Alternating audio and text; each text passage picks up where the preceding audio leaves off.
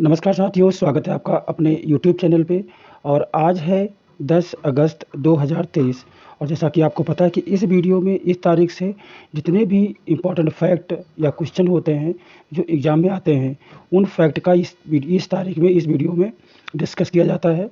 तो ये आज के जो पहला फैक्ट है उसकी तरफ बढ़ते हैं। आज का जो पहला फैक्ट है, मेरी माटी मेरा देश अभियान। इसकी शुरुआत क्या है, इसकी शुरुआत कब हुई है? तो ये अभियान इस महीने की 30 तारीख तक रहेगा।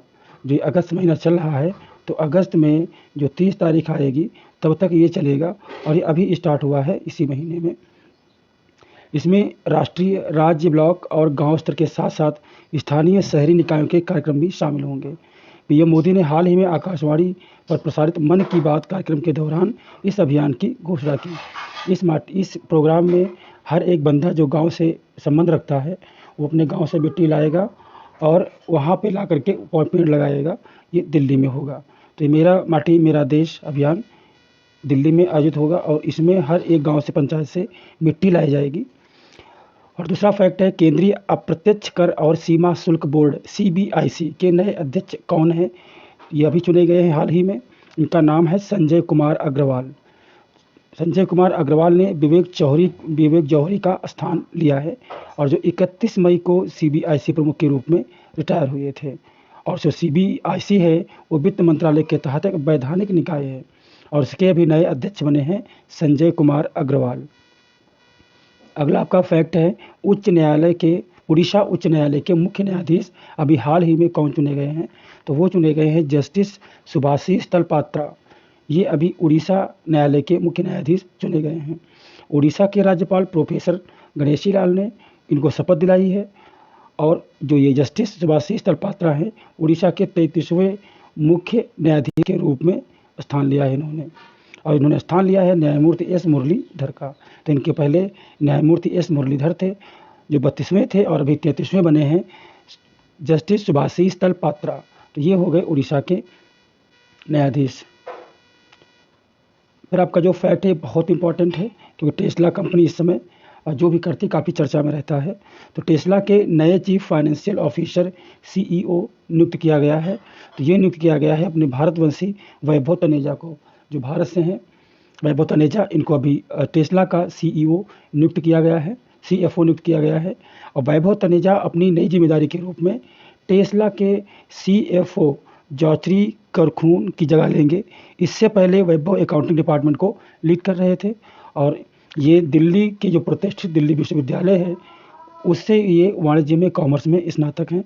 और टेस्ला के साथ काम शुरू करने से पहले वो सोलर सिटी कॉरपोरेशन और PricewaterhouseCoopers PwC से जुड़े थे, पहले उसमें जॉब करते थे। और अभी ये टेस्ला के नए चीफ फाइनेंशियल ऑफिसर CFO नियुक्त किए गए हैं, वैभव तनेजा। तो इनका नाम आपको याद रखना है।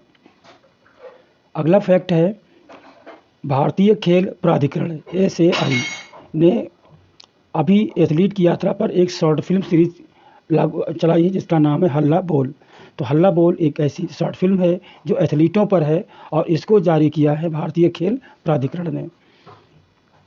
Umbrella programme cheer for India के तहत एशियाई खेलों के लिए जाने वाले एथलीटों की यात्रा पर एक शॉर्ट फिल्म हल्ला बोल बनाई है। ये लोग एशियाई खेलों के लिए जा रहे थे तो उनके ऊपर एक फिल्म बनाई गई है। इस अभियान के तहत हांगजो एशियाई खेल में भाग लेने वाले एथलीटों को एशियाई खेलों के बारे में जागरूक करने के लिए बनाई गई है। और SAI ने कहा आने वाले हफ्तों में कुल 12 शॉर्ट फिल्में प्रदर्शित की जाएंगी इन खिलाड़ियों के ऊपर। तो ये है एथलीटों की यात्रा पर शॉर्ट फिल्म बनी है हल्ला बोल, और जो एक सीरीज है। और ऐसी 12 और शॉर्ट फिल्में आएंगी जो भारतीय खेल प्राधिकरण बना रहा है। तो इसको आपको याद कर लेना है। अगला फैक्ट है, मालाबार एक्सरसाइज। मालाबार का जो अभी का एक्सरसाइज है वो 11 अगस्त से 21 अगस्त तक चलेगा और ये चलेगा ऑस्ट्रेलियाई जल क्षेत्र में, जिसमें संयुक्त राज्य अमेरिका होगा, जापान होगा, भारत होगा और ऑस्ट्रेलिया होगी। इनकी जो नौसेनाएँ हैं, जो नेवी है, ये इस अभ्यास में भाग लेगी। तो मालाबार जो एक्सरसाइज है वो क्या है, नौसेनाओं का एक्सरसाइज है जिसमें USA, जापान, भारत और ऑस्ट्रेलिया भाग लेंगे। मालाबार एक्सरसाइज की मेज़बानी ऑस्ट्रेलिया पहली बार करने जा रहा है और पहली बार ऑस्ट्रेलिया में हो रहा है। और इसकी जो शुरुआत है ये 1992 में हुई थी भारत और अमेरिका के बीच में। उसके बाद 2015 में जापान शामिल हुआ और 2020 में ऑस्ट्रेलिया शामिल हुआ।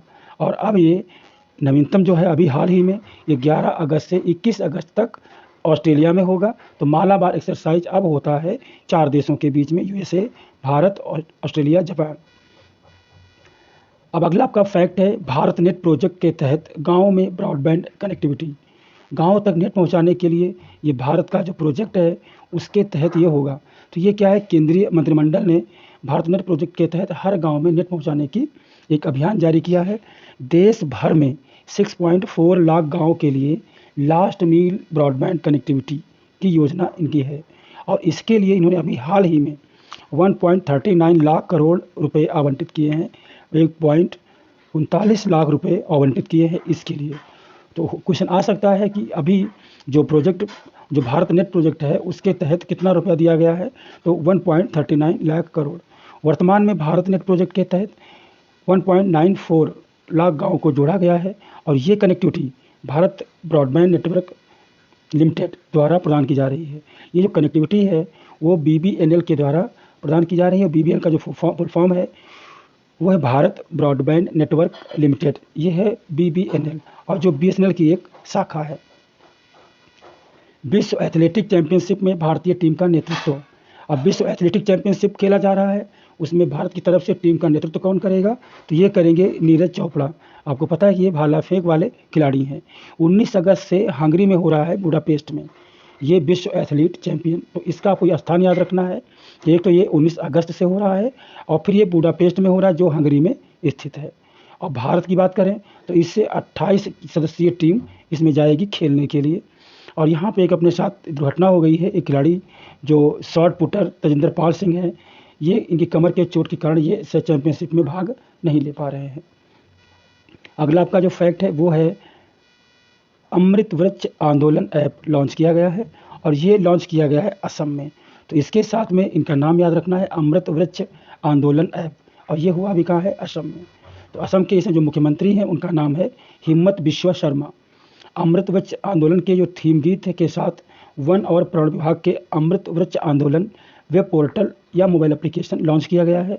और लकड़ी आधारित उद्योग WBI पंजीकरण वेब पोर्टल भी लॉन्च किया गया है। और यह एक ऐसी पहल है जिसका उद्देश्य विभिन्न क्षेत्रों के व्यक्तियों द्वारा राज्य भर में कुल 1 करोड़ व्यावसायिक रूप में व्यवहार्य पौधे लगाना है। हर एक बंदा जो व्यावसायिक है वो 1 करोड़ लगाएगा पेड़। आयुष वीजा नाम से एक नई वीजा श्रेणी लागू की गई है।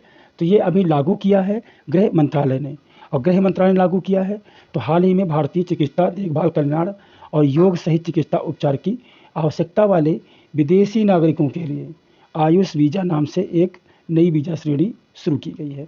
जो विदेशी इसके तहत चिकित्सा लेना चाहते हैं, अपना कल्याण कराना चाहते हैं, उनके लिए आयुष वीजा नाम से एक वीजा भारत ने अभी लॉन्च किया है। अगला आपका जो फैक्ट है ये है एम्पावर मीजर्स। एम्पावर मीजर्स क्या है, ये लागू किया है विश्व स्वास्थ्य संगठन ने, WHO ने।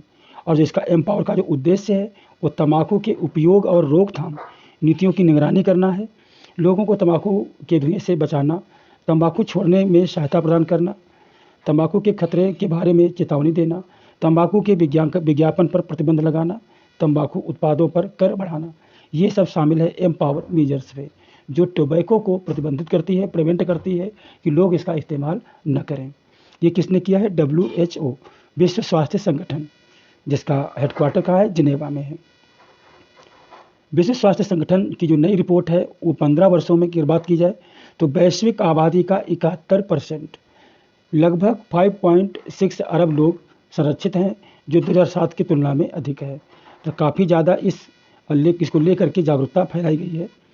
अगला जो फैक्ट है वह फाल्कन शील्ड 2023 सैन्य अभ्यास।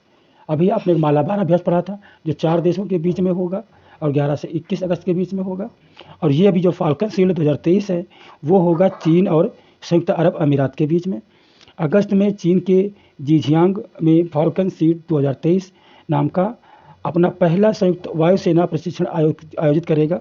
कौन करेगा, चीन। और कब करेगा, अगस्त में। इस प्रशिक्षण का उद्देश्य दोनों वायुसेनाओं के बीच व्यवहारिक आदान प्रदान और मजबूती करना है।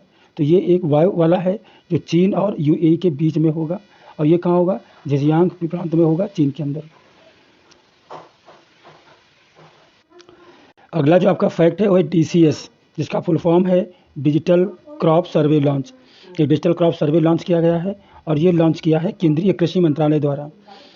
इसमें बुआई का जो डेटा होता है उसको संग्रह करने के लिए कुछ उसमें इम्प्रूवमेंट चाहिए था, उसके लिए DCS लॉन्च किया गया है केंद्रीय कृषि मंत्रालय के द्वारा। सरकार ने 2023 के खरीफ सीजन में 12 राज्यों में डिजिटल फसल सर्वेक्षण, जिसको हम बोलते हैं डिजिटल क्रॉप सर्वे DCS नाम की एक पायलट योजना लॉन्च की है।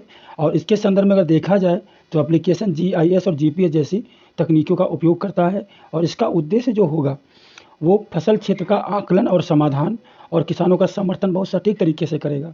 तो इसका आपको, इस एप्लीकेशन का आपको नाम याद रखना है, DCS digital crop survey launch. उसके बाद आपका जो अगला फैक्ट है वो है जल परिवर्तन और साहसिक खेल नीति 2023। ये जो नीति है वो किसने लागू की है, किस राज्य ने लागू की है? तो ये लागू की है अभी हाल ही में उत्तर प्रदेश ने।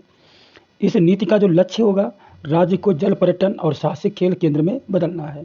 यहाँ सारी वो चीज़ें होनी चाहिए जो जल पर्यटन से संबंधित हों और जो एडवेंचरस गेम हो वो सभी कुछ इसमें आना चाहिए। इसके लिए ये नीति बनाई गई है।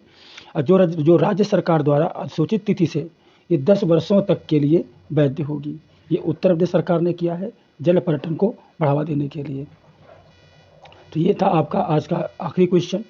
और वीडियो अच्छा लगा तो लाइक शेयर ज़रूर कीजिए और सब्सक्राइब कीजिए अगर आपको वीडियो अच्छा लगता है। और इसकी जो PDF है वो आपको डिस्क्रिप्शन बॉक्स में मिल जाएगा उसका लिंक, और टेलीग्राम पे जाके उसको डाउनलोड कर लेना। चलिए दोस्तों, मिलते हैं अगले वीडियो में नए टॉपिक के साथ में। तब तक जय हिंद।